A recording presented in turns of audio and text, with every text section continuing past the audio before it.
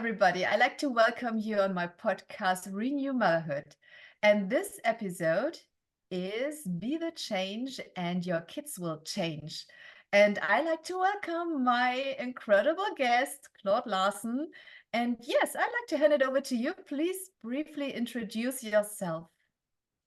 Well, hello, Blanka, and thanks so much for having me on. I just love having the opportunity to speak to people about things that I have done.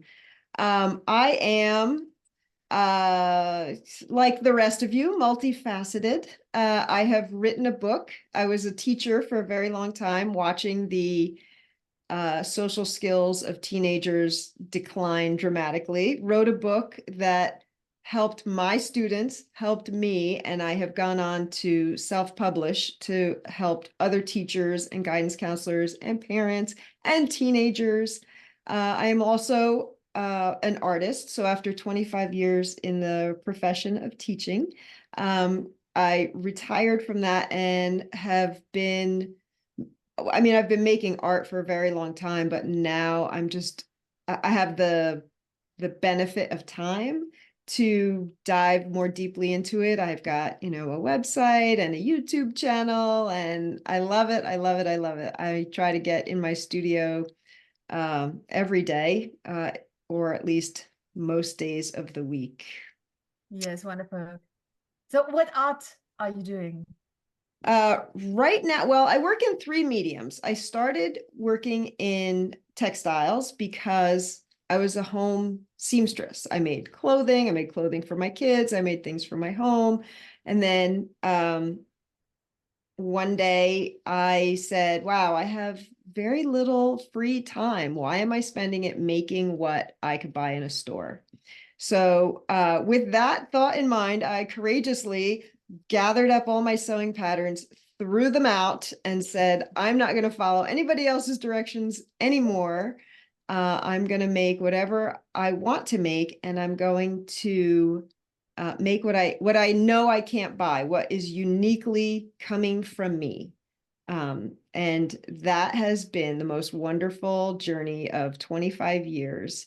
Yeah, at the time of this recording last week, a week ago today, actually, I received an award for my artwork Wow, from a national organization. So congratulations to this. I That's know amazing. I was really a little speechless, but I think it's like anything, you work at it, and nothing happens overnight. It just happens over time, and if you love it and you're committed to it, there's everything is possible. I like to. Wonderful. Oh, that's amazing. Thank you for sharing here. It's so exciting. Like it's just so exciting. I don't know how else to describe it. It's a Yes. feeling where, because honestly, 3 days prior to that, I had gotten a rejection email, and my first thought was drag all your art supplies into the backyard, pour gasoline on it, and set it on fire, and never make another thing because I'm so tired of rejection. And then, 2 days later, I receive an award. So I'm like, okay, maybe not burn down the studio. No, no. Oh, I love that. Oh, Okay, so let's dive into the topic okay. from the Let's side steps. So you have been working as a teacher, you have told me, and this is so amazing. So what were your subjects and how old have your children been that you taught? Because this is crucial for the next steps, I think. Yes, I think so. So, I worked for 25 years in New Jersey public schools, and I predominantly taught teenagers, mostly eighth graders, also seventh and sixth grade. So translation for that would be like from 12 to 14 or 15 is where I spent most of my time. Which and it's funny looking back on it, you never want to sound more grandiose than you are, but it's like, oh no, my expertise was actually motivating 13-year-olds. So if anybody out there has ever been in the presence of a 13-year-old, I actually know how to motivate them because I am an expert after 25 years of doing it. So Absolutely. yeah. Absolutely. Right, because they can be pretty hard to, they can be pretty hard to move, the immovable object, right? And you have to find I'm ways to. just wondering which mother can say this from herself. So 25 years with a 13-year-old. I know, and that's the thing, is like I got wiser, right? But they just kept being the Yeah. same, age, which is quite the advantage. Because when you have your own 13-year-old, you're like, geez, I hope I don't mess this up, because you get one or two shots at it, right? Hopefully you get it down before it's too late. But yeah, it's a very challenging age. And I had a lot of people say to me like, oh, I could never teach that age. And I was like, yes. And I could never teach like 6-year-olds. I couldn't do it. Like, don't give me 25 of them, because like, it's not in me to like tie shoes and like zip coats and like do that. I'm like, no, you got to do this for yourself. Like, let's buck up here. But eighth graders, they're not, they have a sense of humor, most of them, and you can, a little self-deprecating humor goes a long way with them, and you can rationalize things for the most part. Like, again, for the most part, some 13-year-olds, when they're having a bad day, forget it, just get out of the tornado, save yourself and wait for it to calm down. But yeah, and that's the skill, right? When to give them a little encouragement, and when to let them, settle Yeah. and find their own pace. So And then after all those years, you suddenly have seen a change in their behavior. And let's talk about this. What happened? yeah, so I started teaching in 1986, and I retired in 2019. Mhm. So over that span of time, I mean, think about the things kids did not have. A Mhm. lot of kids didn't have home computers. They didn't, video games, like that. It wasn't a thing. They So, went outside, they rode their bikes, they played kickball with their friends, and, right. had adventures. And all of a sudden, screens came in, and computers, and everybody had their own. And then social media came in, and I watched over time, every year I would see like, what will be the greatest distraction this year. And Mhm. sometimes it was like a silly little like fidget toy. And Mhm. I'm like, oh, these are very annoying. And Yeah. honestly, my last year of teaching, they would group text, leave my room, from all different rooms. They were group texting each other, meet up in the bathroom, and vape or get high. Oh, 13 years old, oh, 13. wow. So were it not for the technology of being able to group text a bunch of people, and if you didn't have that smartphone in your hand, I don't think it would have ever evolved. Mhm. But kids being kids, they're going to push the boundaries. They're going to see what the limits are, and they are going to like do things you wish they didn't.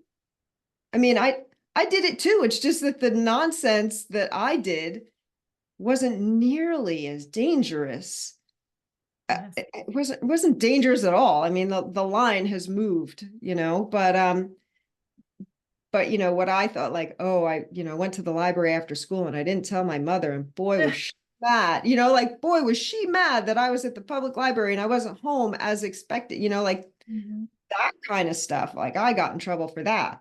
Now the the things that they experiment with and the nonsense they get involved in is really, it's scary to us. It's potentially very harmful to them. And so my last couple years of teaching, I was watching this progression, this decline of self-awareness, um, the shortening of their attention span and the lack of ability to focus. Mhm. They were just getting involved in things they shouldn't be getting involved in. Their opportunity for getting into trouble was much easier. And they were taking those opportunities, quite Yes. frankly. And so my concern became not, will they learn my physics and chemistry this year? It was like, will they get through this year and like grow up to be successful contributing adults? And which is, I mean, that's always the goal of a teacher. I never pretended like, oh, I'm going to have the next Albert Einstein. Like Albert Einstein was like, it didn't matter who his teachers were. He was going to be that, Yeah. And so I never like kidded myself, like the next great, astronaut is coming out of my classroom, because you don't know where they're going to come from, really. But I always thought when they leave here, I want them to like, have responsibility, understand timelines and deadlines, be able to work on a team or in a group with a lab setting, work with safety. There were things that were overarching for my entire year. And I noticed that those things became not only harder to instill in them, but to the point where I was making no difference whatsoever. It didn't matter what I said. Every day, it was like, I think it's Sisyphus, right? The stone at the bottom of the hill, and he's like pushing the boulder up the hill. And every day was like, oh, and the boulder's down at the bottom again. Like I left there every day saying like, well, I've made no difference. Like, why am I getting up at 4:30 in the morning and preparing myself and doing this and coming here and working hard and affecting zero change in these students? I was really struggling.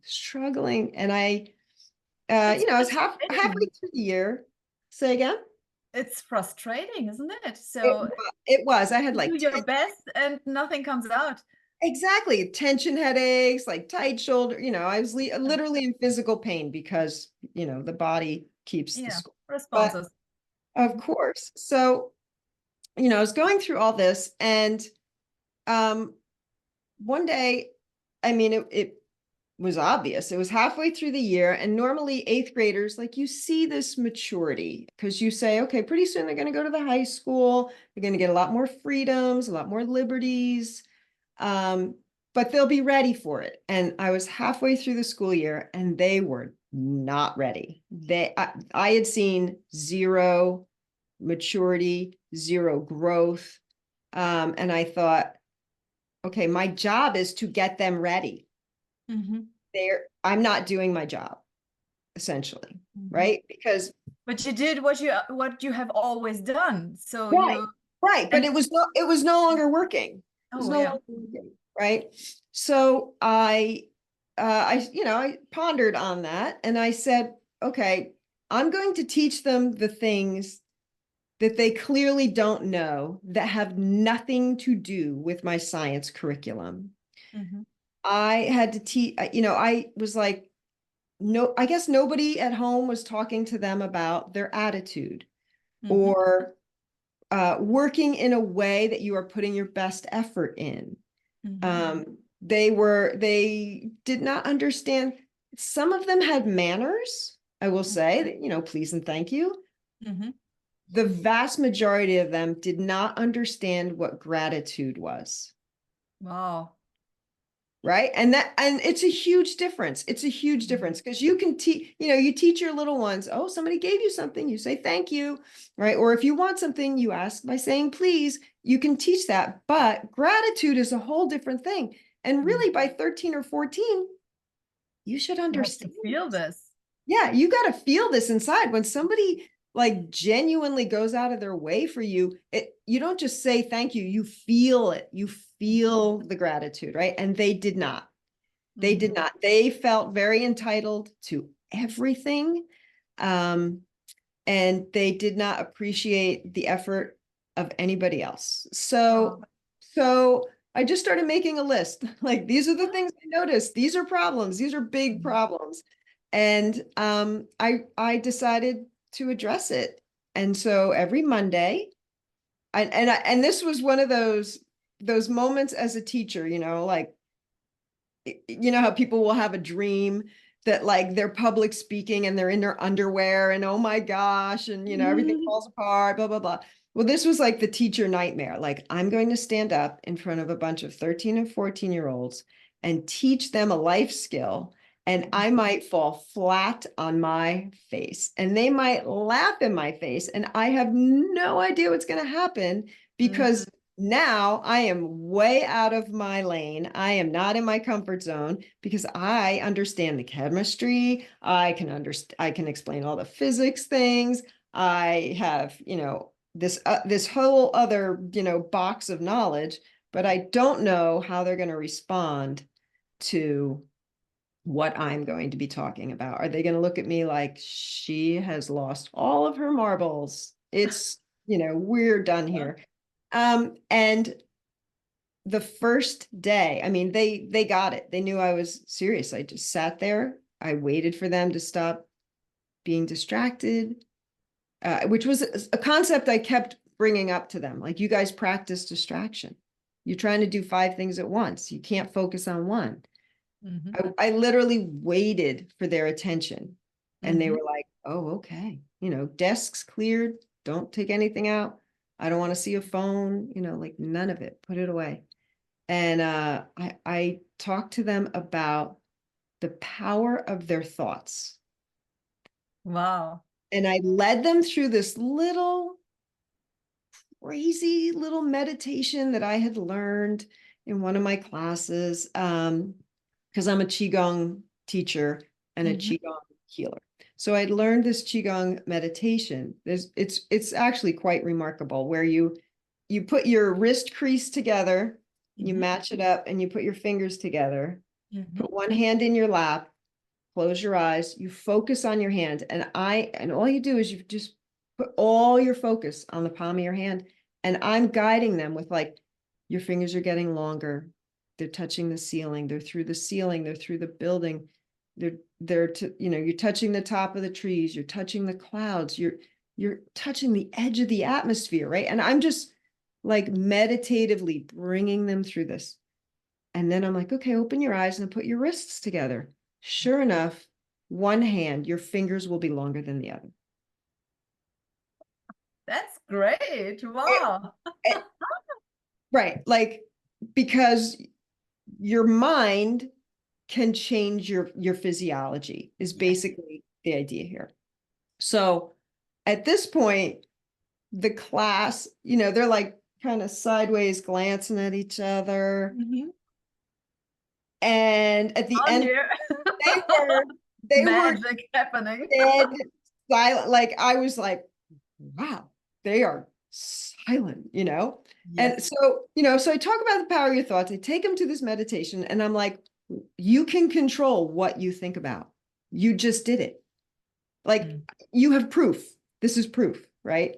You want proof? Here it is. Like, and then of course I'm like, okay, squeeze your hand. Now check your finger. Okay, they're the same length. Really, I did not, this is not permanent. Way You're back again. not going to be like dragging your knuckles along the round one day. So you're fine. And this is what I came to find out about that day. So I did it each class, very similar response. I come to find out other teachers had trouble starting their class because all the kids were having a conversation about what happened in my class. Yeah. Then I found out this is completely new. The kids in the locker room were taking forever to get changed because they were having a conversation about what happened in my class. And then at lunch, they were the lunch aides saw me in the front office and they were like, all the kids were talking about you at lunch. And I was like, in a good way, and they were like, I don't know, but they were into it. And they were talking about, and I was like, they're talking about it when they could talk about anything else, hanging out with their friends. They were talking about what happened in my class. That's so great. Yeah, I mean, it changed. So the course of the entire week was different because when they walked into my room, now suddenly I wasn't just like that woman who's trying to make them do stuff they'd rather not. I might know something that, that they want to know. You got the authority. Yeah, they don't always want to know, Newton's laws, but that maybe she's got onto something here, So, somehow it had value for them. Great. So I went on and I promised myself that even if they laughed in my face, I could take it for 10 Mondays. I was like, I will do this for 10 Mondays. It either works or it doesn't. They'll graduate. Nobody will ever talk about it again, whatever. But I had to do something.